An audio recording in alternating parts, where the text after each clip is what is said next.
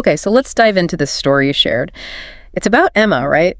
She's moved to the suburbs, trying to start fresh after a breakup. Yeah, looking for that reset. But there's this one house, just one, that gives her this really bad feeling, even though it looks, well, totally normal. That's what's so interesting, isn't it? This ordinary house becoming this, like, focal point of unease. She's got her routine work, jogging, seeing friends. Trying to build that normalcy back up. Exactly. But this house is always there, kind of nagging at the back of her mind. It's not falling apart or anything obvious. No, just off. Yeah. Which makes you wonder, psychologically, why that house. Is it just her projecting after the breakup? Or? Right. That's the question. Because it's just this low-level dread at first. Yeah. Until one evening, late November, she's walking home, and she sees him, a tall, thin figure just standing there, motionless in a dark window of that house, watching her. Oof. Okay, so that changes everything. Totally. She says her heart just froze, rooted to the spot, even though she was terrified. That visual confirmation. It goes from this vague anxiety to a potential, actual threat. The stillness of it, being watched. That's primal fear territory. Absolutely. That feeling of being seen when you don't want to be. And it doesn't just stop at the street. Oh. Back at her apartment, her safe place, supposedly weird things start happening. Like what? Little things first. Blinds slightly open when she's sure she closed them, the front door unlocked one morning. Stuff you might dismiss. Yeah, especially if you're already stressed, maybe a bit scattered from the breakup. Yeah. You tell yourself you just forgot. Right. Classic rationalization. We try to make sense of things, find a logical reason. Keep control, or the illusion of it. But there's usually a point where you can't rationalize anymore. And she hits that point. Because then it gets more direct. Footsteps outside her window late at night. Okay. That definite feeling of being watched even when she's inside, alone. And then the clincher, a cold touch on her neck. In an empty apartment. Yep. That's crossing a line. You can't explain that away. Not easily, no. And all this time, her mind keeps going back to the house across the street. To that figure. Is it connected? How could it be? And that ambiguity is key, isn't it? Is it all in her head, magnified by her situation? Right. Or is something really targeting her from that house? It keeps you guessing. It really does. So she decides she can't just live with this fear. She has to confront it. She walks over to the house. Brave move. Or maybe desperate. Maybe both. And as she gets closer, the house itself seems different. More menacing. Oh, so? Like her fear is changing how she sees it. The walls look weathered, the yard's overgrown, paint's chipped, and the windows, she describes them like dark, vacant eyes. That's classic, the external world reflecting her internal state, blurring that line between reality and perception. So she knocks on the door, and the man who answers, he's unsettling himself. Tall, thin, like the figure she saw, maybe. Hollow eyes, looks kind of disheveled. Okay, and what does he say? Doesn't even really answer her questions about, strange things happening. He just looks terrified and gives her this urgent warning, like really intense. What is it? He says, you shouldn't be here. Then go back to your home. It's safer that way. And then the kicker, it's watching you. Whoa. It's watching you. So he knows. Or feels it too. Seems like it. And he just slams the door in her face. So her fear isn't just hers. He basically confirmed something is wrong, something is watching. Yeah. That must have been terrifying validation. Oh, absolutely. He seemed purely terrified, but also, I don't know, resigned. Like he knew this was hopeless. And after that, the weird stuff at her apartment doesn't stop. If anything, it ramps up. That feeling of being trapped, observed, it's constant. God, it sounds awful. But here's the really strange part.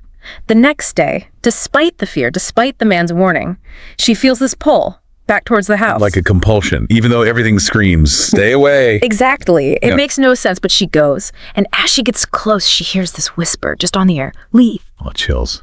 The front door, it just creaks open on its own. And don't tell me she goes in. She goes in. And as soon as she steps inside, everything just goes black. Oh, man. Okay. So she's inside now. Right. And when she comes to, she's on the floor. It's dark, dusty.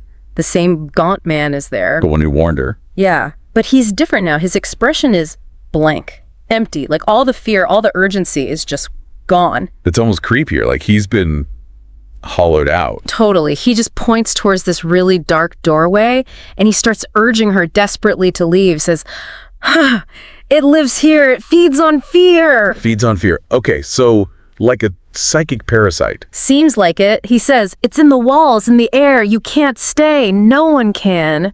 And then he suddenly reacts like pure terror flashes back onto his face. He's staring at something behind her, something she can't see. Oh, God. What is it? She doesn't see it, but she hears it. A faint whisper coming from that dark doorway. On the man. He literally grabs her, starts physically pulling her towards the front door, saying, it will follow you. Watch you. Follow her. So leaving isn't enough. Apparently not. And then he adds this really chilling line. The house picks its victims. It doesn't need a reason. No reason. Just random selection. Yeah. That's terrifying. Takes away any sense of cause and effect. Exactly. Pure helplessness. But they get to the door. He shoves her out. And then the door creaks open again. No. And this figure emerges from the blackness inside. Tall, thin, but twisted, unnatural. The entity itself. Yeah. Manifesting. It looks like it. Its movements are all wrong, jerky, and it just attacks the man, drags him, kicking and screaming, back into the house. Oh my God. So gets him right in front of her. Right in front of her. Isolates her completely. She runs, obviously, escapes. But does she really escape? He said it would follow her.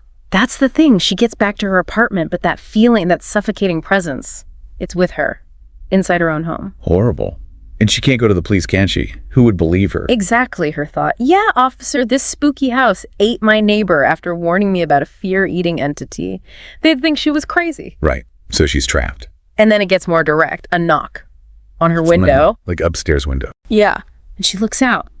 And there's this thing in her yard. Impossibly tall. Spider-like limbs. It's looking right at her. Spider-like limbs. Okay, the imagery is just getting more nightmarish. And it speaks. Or she hears its voice somehow. Leave now, or it will come for you. A direct threat. It's not just watching anymore, it's hunting. Totally.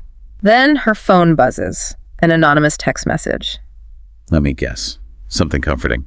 Hardly. It just says, it knows you're here. Okay, game over. Time to run. Far away. That's exactly what she thinks. She grabs her keys, heads for the door, but she glances in the hallway mirror, and she sees something wrong. A shadow, like in her own eyes, just for a second. Inside her, already. It feels like it's already latched on somehow. Yeah. And then she opens her front door to leave. Don't say it's there. Worse. It's the man, the gaunt neighbor, standing there, empty-eyed again. And behind him, looming in the hallway, the creature. Oh, no. And then blackness again. It gets her. So it wasn't just the house. It really did follow her. Or maybe.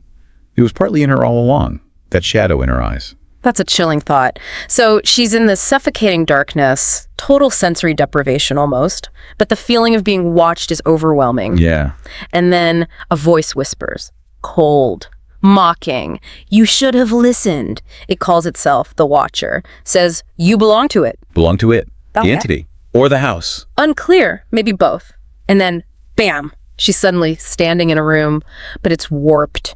A distorted version of the house she just escaped. Like a nightmare version, a psychological space. Feels like it. And the creature is there, confronting her. But then the neighbor reappears. Still empty-eyed.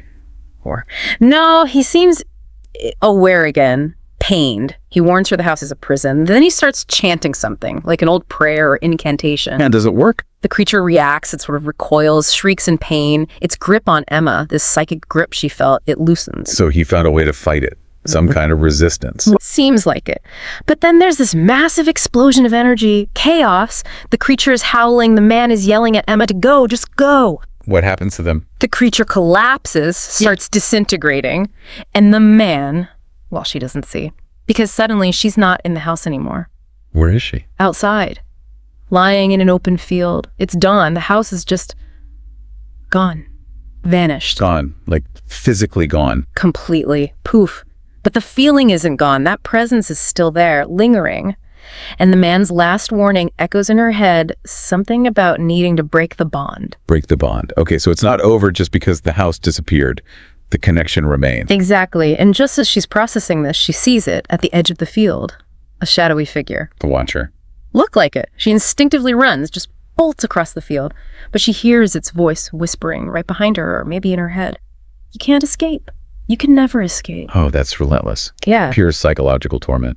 She trips, falls, not onto grass, but into darkness. Falling down. The Watcher's voice is taunting her. A faint light appears below Hope. Probably not knowing this thing. Nope.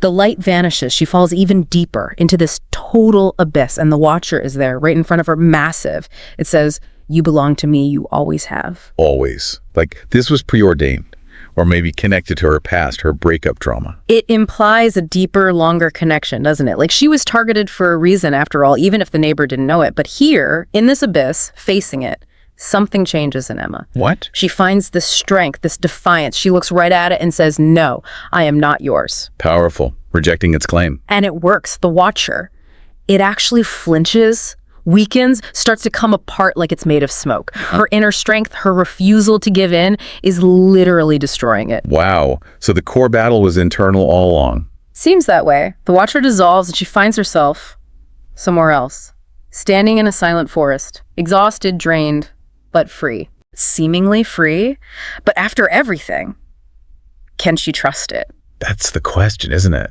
The forest is quiet, maybe too quiet. And that feeling, that faint echo of the Watcher's presence, it's still there, just a tiny bit. Oh, no. And then she hears it again, the voice, and sees the shadowy form flicker at the edge of her vision. But it says something different now. It says, "I am the darkness within you. I am the shadow you cannot outrun." Oh. So it wasn't destroyed, it just retreated inside her. That's the terrifying implication. The external threat has become an internal one. Maybe it always was, just manifested outwards because of the house. That's a heavy thought. So the fight continues, but on a different battlefield. Right. The final confrontation happens in this sort of desolate, empty room in her mind, it seems. She faces this inner Watcher. And what happens this time? She finds that strength again, looks it in the eye, so to speak, and says, "I am not yours. I am not anything you made me." She reclaims herself. Asserting her own identity against it. Yeah, and as she does, this light starts to grow within her. Brighter and brighter. The inner Watcher screams, tries to resist, but the light just consumes it. It disintegrates. Properly this time. For good. Hopefully. She finds herself back. Maybe in reality. It's a quiet morning. The oppressive feeling is gone. Real freedom, it seems. That's a relief after everything she went through. Definitely. But there's this lingering thought, isn't there? The story leaves you with it. Which is? This idea of inner darkness. The Watcher said it was the darkness within her. So can you ever truly destroy that part of yourself? Or is it just dormant, learn to live with? Right. Are those kinds of battles ever truly finally over? Or is it an ongoing vigilance? That's the unsettling edge it leaves you on. Exactly. So pulling back, this deep dive took us from a creepy house story into something much deeper, didn't it? Exploring trauma, fear, how external things can trigger internal battles. And ultimately, the power of facing those internal demons, that inner strength, even if the fight is long. Yeah. That journey from a simple, unsettling feeling about a house to this epic confrontation for her soul. It's quite something. Makes you wonder about those little anxieties, those persistent bad feelings we sometimes get. Are they just noise, or are they pointing towards something we need to confront? Precisely. And that final question, whether that darkness personified here as the Watcher ever truly leaves us. That's definitely something to chew on, a really provocative thought to end on, I think.